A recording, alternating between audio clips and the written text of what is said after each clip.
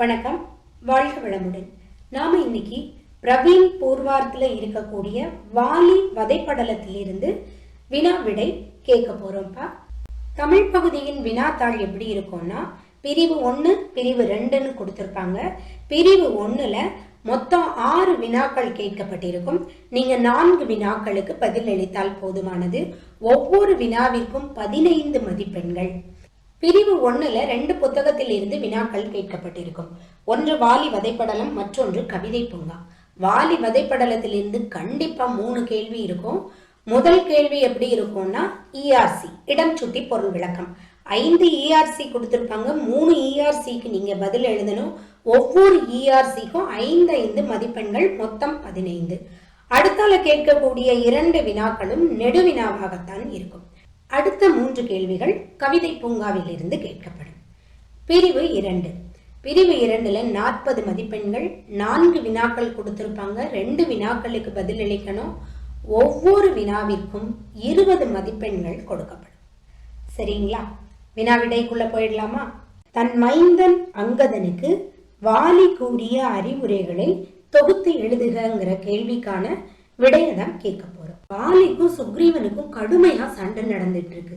இந்த நேரத்துல ராமர் மரத்தின் பின்னால் மறைந்திருந்து வாலியை நோக்கி தன்னுடைய அம்பை எய்துகின்றார். ராமனின் அம்பானது வாலியின் மார்பை துளைத்து செல்லுகின்றது. ஆனா அம்பு துளைத்து செல்லாதவாறு ராம பாணத்தை இறுக்கி பிடித்து இழுக்கின்றான் வாலி. அந்த அம்பில் இருக்கக்கூடிய பெயரை பார்க்கின்றான். ராமன் என்று எழுதியிருக்கின்றது. அதிர்ச்சி அடைந்து போகின்ற வாலி மரத்திற்கு பின்னால் இருந்து வெற்றி வீரனாக வெளிவரக்கூடிய ராமரை பார்த்து சொல்லுகின்றான், மரத்தின் பின்னால் இருந்து என்னை அடித்து விட்டு ஒரு வீரனை போல் வருகின்றாயே, இது நீ செய்யக்கூடிய காரியமா ராமா அப்படின்னு கேக்குறான். ராமன் அதற்கான பதில சொல்றார். தன்னிடம் அடைக்கலம் என நாடி வந்த உனது தம்பி சுக்ரீவனுக்கு உதவி செய்வதற்காகவும் இந்த உலகத்தில் அதர்மத்தை அழித்து தர்மத்தை நிலைநாட்டவும் நான் இவ்வாறு செய்தேன்னு சொல்லி முடிக்கிறார். அதே நேரத்துல வாலி கீழே விழுந்து உயிருக்கு போராடிக்கிட்டு இருக்கிறான். இந்த நேரத்துல அப்பாவை பாக்குறதுக்கு அங்கதன் வந்து நிக்கிறான். அங்கதனோ அப்பாவை இப்படி அடிபட்டு பார்த்ததே கிடையாது. வெற்றி வாகை சூடிய வாலிய மட்டும்தான் அங்கதனுக்கு தெரியும். அப்பா உயிருக்கு போராடிக்கிட்டு இருக்கிற நிலைய பார்த்த உடனே அங்கதன் நிலை குலைஞ்சு போயிடுறான், அழ ஆரம்பிக்கிறான். அப்பாவை பார்த்த உடனே அவனுடைய கண்கள்ல ரத்தமும் கண்ணீரும் பெருகுது. அவன் வானத்தில் இருந்து கீழே விழுற மாதிரி அப்பான்னு கத்திட்டு அப்பா மேல விழுறான். அங்கதன் வாலியை பார்த்து சொல்றான், எண்ணத்தால் கூட யாருக்கும் தீங்கிழைக்காத உங்களுக்கு ஏன் இந்த துன்பம் விளைந்தது? உங்களை கொல்றதுக்கும் ஒரு யமன் வந்திருக்கானே, மிகச்சிறந்த வீரனாகிய உங்களையே ஒருத்தன் கொண்டு இருக்கான்னா அவன் எவ்வளவு பெரிய வீரனாக இருப்பான், அவனை யாருப்பா அழிக்க முடியும் அப்படின்னு கேக்குறான். மறுபடியும் அங்கதன் வாலியை பார்த்து சொல்றான், அப்பா 10 தலை கொண்ட இலங்கை வேந்தன் ராவணனை உங்களோட வாளால சுத்தி எனக்கு தூக்கிட்டு வந்து இந்த பாரு பூச்சின்னு காட்டினீங்களே, அப்படி ராவணனை வாளால் சுற்றிய பெருமையை கொண்ட உங்களுக்கா இந்த நிலைமை அப்படின்னு கேக்குறான். ஒரு தடவை என்ன ஆயிருக்கும்னா, வாலி சந்தியாவதனம் பண்ணிட்டு இருப்பாப்ல. அந்த இடத்துக்கு வரக்கூடிய ராவணன் ஒரு குரங்கு சந்தியாவதனம் பண்ணுதேன்னு நினைச்சுக்கிட்டு என்ன பண்ணுவாப்ல, வாலி கிட்ட போய் சும்மா சேட்டை பண்ணிட்டு இருப்பாப்ல. அவ்வளவுதான். வாலி என்ன பண்ணுவான்னா, தன்னோட வாளால அந்த 10 தலை ராவணனை கட்டி இறுக்கிடுவான். கட்டி இருக்குனதோடு மட்டும் இல்ல, அவன் போகக்கூடிய 4 திசைகளுக்கும் அப்படி வாளால தூக்கி ஒரு அடி அடிச்சு அடிச்சு என்ன செய்வான், கூட்டிட்டு போவான். கடைசியா வீட்டுக்கு வரக்கூடிய வாலி அங்கதன் தொட்டில படுத்திருப்பான். அவன் கிட்ட போய் காட்டுவான், தங்கம் இங்க பாரு 10 தலை பூச்சின்னு. நடந்த அந்த நிகழ்ச்சிய சொல்லி, அப்பா நீங்க இறந்துட்டீங்கன்னு தெரிஞ்சா அந்த ராவணன் சந்தோஷப்படுவானேன்னு புலம்பி அழுறான் அங்கதன்.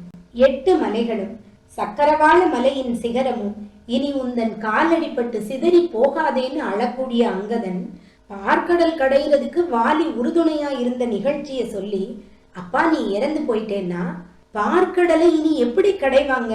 வாசுகி பாம்பு இருக்கலாம், மந்திர மலை இருக்கலாம், ஆனாலும் உன்னோட துணையின்றி தேவர்கள் இனிமேல் எப்படி பார்க்கடலை கடைய முடியும்னு கேக்குறான். அழுதுகிட்டே அங்கதன் மறுபடியும் வாலியை பார்த்து சொல்றான், சிவபெருமானை மட்டுமே வணங்கக்கூடிய நீங்கள் கடைந்து கொடுத்த அமிர்தத்தை குடித்த தேவர்கள் எல்லாரும் உயிரோட இருக்காங்களே, நீங்க இறந்துகிட்டு இருக்கிறீங்களேன்ட்டு அழுதான். அந்த நேரத்துல ஒரு வார்த்தை சொல்றான், அப்பா உங்களை விட சிறந்த வள்ளல் வேற யாருமே இல்லைன்னா. அங்கதன் ஏன் இப்படி சொல்றான்னா, பார்க்கடலை களைவதற்கு உதவி செய்கின்ற வாலி அதிலிருந்து வெளிவந்த அமிர்தத்தில் ஒரு துளி கூட தனக்கு வேண்டும் என்று ஆசைப்படவில்லை. அதை அப்படியே தேவர்களுக்கே கொடுத்து விடுகின்றான். அதை தான் இந்த இடத்துல அங்கதன் ஞாபகப்படுத்துறான். இந்த வார்த்தைகளை எல்லாம் கேட்ட வாலி தன்னுடைய மகன் அங்கதனை மார்போடு அணைத்துக் கொள்ளுகின்றான். அதுக்கப்புறம் அவன் அங்கதன் கிட்ட சொல்றான், என்னை கொன்றது ராமன், அது என் புண்ணியத்தின் பயனே ஆகும்னு சொல்றான். பிறப்பதும் இறப்பதும் புதியதே கிடையாது. பிறப்பு என்று ஒன்று இருந்தால் இறப்பு என்பது நிச்சயம். நான் முற்பிறவியில் செய்த பயனே இப்பிறவியில் என்னை ராமன் கொன்றது. ராமனே பரம்பொருள், அவனே பிறவி என்னும் நோய்க்கு உற்ற மருந்தாவான்னு வாலி அங்கதன் கிட்ட சொல்றான். மறுபடியும் வாலி அங்கதனை பார்த்து சொல்றான், ராமன் என்னை கொன்றவன் என்று நீ ஒரு பொழுதும் நினைக்காத. அவனால் நான் நன்மையே அடைந்துள்ளேன். நீயும் அவனுடன் சேர்ந்து பல நன்மைகளை பெற்றுக்கொள். அவனுக்கு சேவை செய்து அவனை போற்றி புகழ்ந்து அவனது திருவடிகளை புகழ்ந்து பாடி வாழ்வில் முன்னேற்றம் அடைவாயாகன்னு அங்கதனை பார்த்து வாலி சொல்றான். இவ்வளவுதான்ப்பா நீங்க எழுத வேண்டிய கருத்து. வழக்கமா சொல்றதுதான். ஒரு தடவைக்கு 2 தடவை சொல்லி பாருங்க. தேர்வை நல்லபடியா எழுதுங்க. வாழ்த்துக்கள்.